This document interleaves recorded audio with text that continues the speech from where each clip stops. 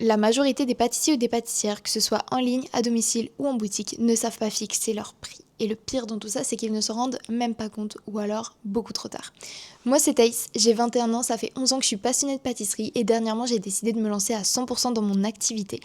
Donc, n'hésite pas à t'abonner si tu veux vraiment suivre toutes mes aventures. J'en parlerai prochainement, mais il y a beaucoup de projets qui sont prévus pour la fin d'année 2026. Alors, abonne-toi pour suivre tout ça. En attendant, aujourd'hui, je vais te montrer comment calculer tes prix correctement afin d'être rentable sans avoir pour autant l'impression d'arnaquer tes clients. Donc déjà, dans un premier temps, on va arrêter de fixer ses prix au feeling ou par rapport à la concurrence. Je vois de plus en plus de personnes qui demandent à l'IA, que ce soit ChatGPT ou autre, de les aider justement à fixer leur prix. Et objectivement, je suis pas du tout contre l'IA, c'est juste que là, en l'occurrence, je suis pas sûre qu'elle soit très bénéfique, au contraire.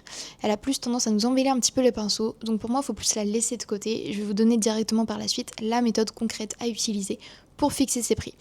Donc déjà pour moi l'idée de l'IA c'est à oublier. Ensuite il y a aussi beaucoup de personnes qui, même moi la première, on a souvent tendance en fait à regarder un petit peu ce que font les voisins, que ce soit en boutique ou sur les réseaux sociaux, à regarder concrètement les prix qu'ils fixent. Et le problème à faire ça, c'est que tu sais même pas si cette personne elle est rentable ou non. Donc ça veut dire que tu vas copier quelqu'un qui probablement perd de l'argent sans le savoir. Donc c'est pareil, c'est un petit peu quelque chose à éviter. Et on en arrive donc à ma fameuse méthode que j'appelle la méthode du coût de revient. Le coût de revient, qu'est-ce que c'est? Bien, c'est très simple, ça va être les matières premières, la main-d'œuvre et les frais généraux. Mais il n'y a rien de plus compliqué. Donc déjà dans un premier temps, les matières premières. Je vais vraiment insister là-dessus, mais c'est super important que vous preniez absolument tout en compte. Vraiment toutes vos matières premières, tout ce qui rentre dans la recette, il faut le compter gramme par gramme. C'est pas dans la recette de cookies, on va compter 2-3 plaquettes de beurre. Non. Il faut compter, s'il y a 73 grammes, on met 73 grammes de beurre à tant d'euros le kilo chez tel fournisseur. C'est super important, je vais le rabâcher, mais il faut calculer précisément, sinon ça ne sert absolument à rien. Ensuite, il va falloir faire une liste du coup de tout ce qui est dans le gâteau, mais aussi sur le gâteau. Donc y compris la déco, y compris les colorants, bref, tout ce qui est sur le gâteau, concrètement. Il y a aussi des choses qu'on a tendance à oublier de manière presque systématique dans les matières premières, ça va être l'emballage, avec les boîtes, les rubans, les étiquettes, le papier de soie, les supports, etc. Il y aura aussi le papier cuisson et les caissettes qui seront à prendre en compte, et surtout des choses auxquelles on ne pense jamais, ça va être les pertes. Les pertes du coup à la fin de la journée, les invendus, mais aussi ce qui reste de crème dans la poche à douille, les chutes de biscuits. Pour la petite anecdote, alors je vais pas m'étaler sur le sujet parce que c'était pas une expérience professionnelle très enrichissante, mais j'ai travaillé plusieurs semaines dans une usine de pâtisserie. Eux, ils avaient des machines pour découper les entremets, ce qu'on appelait les machines à eau. C'est-à-dire que c'était des jets d'eau qui découpaient les entremets. C'est très précis, mais le problème, c'est que comme beaucoup de machines, elles sont réglées pour certains gabarits.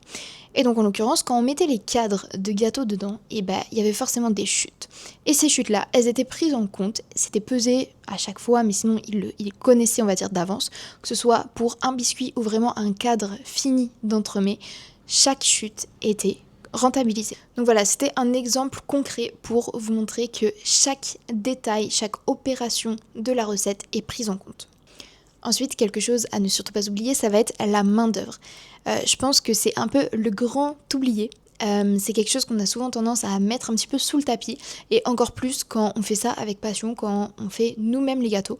Moi, je sais que je l'ai fait il y a 2 ans, c'était pour Noël, j'avais organisé du coup une petite vente de biscuits sablés, de nounours en chocolat et de bûches. Les bûches, c'était vraiment pour la famille, les amis, etc. Et en réalité, du coup, j'avais passé vraiment plus d'un mois, un peu plus d'un mois, un mois et demi, on va dire, à pâtisser non-stop. C'est-à-dire que je travaillais en parallèle, donc j'avais mes horaires classiques, un peu de bureau entre guillemets. Je me levais à 4 heures pour commencer mes gâteaux. J'allais au travail, je rentrais de ma journée de travail, je me remettais sur les gâteaux et je finissais vers 22-23 heures. Et j'ai fait ça non-stop pendant plus d'un mois, entre un mois et un mois et demi. Et en fait, à la fin, j'ai fait mes petits comptes et je me suis rendu compte, ouais, c'est cool, j'ai gagné, je sais plus, j'avais dû gagner 1200 euros et quelques. Et en fait, en réfléchissant, j'avais en bénéfice déjà net par rapport aux matières premières, je crois que j'avais une marge que de 500 euros. J'avais pas compté tout ce qui était eau, électricité et encore moins la main d'œuvre. Donc en fait, j'étais en perte. Et ça, c'est un exemple pour vous montrer que c'est exactement la même chose si vous le faites et que vous avez une entreprise. Moi, c'était pour le plaisir, c'était pour les voisins, les amis, etc. Mais si vous le faites non-stop, c'est exactement la même chose. Vous allez être en perte à la fin du mois parce que vous allez travailler gratuitement en fait. Alors oui, c'est par passion, c'est cool pendant un mois ou deux. Par contre, pendant des années et des années, quand il va falloir payer les factures de manière stable, c'est beaucoup moins rigolo. Donc voilà, c'est super important de valoriser son temps et de se donner un vrai taux horaire. Et donc pour terminer notre calcul, on en arrive aux frais généraux. Les frais généraux, ça représente absolument toutes les charges qui ne sont pas liées à un produit spécifique.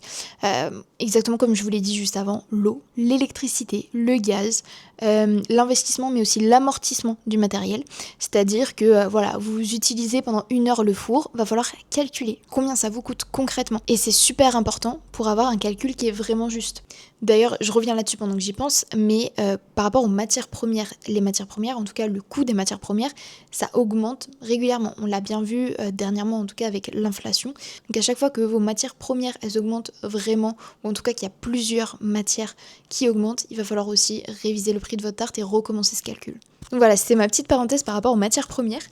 Faut savoir aussi qu'en dessous de 65% de marge sur un produit en pâtisserie, la rentabilité, elle devient vraiment beaucoup plus faible, notamment une fois que toutes les charges fixes, elles sont enlevées en réalité. Alors pour t'expliquer un petit peu ce que c'est la marge brute, c'est le pourcentage de ce qu'il te reste sur ton prix de vente une fois que tu as payé tous tes ingrédients.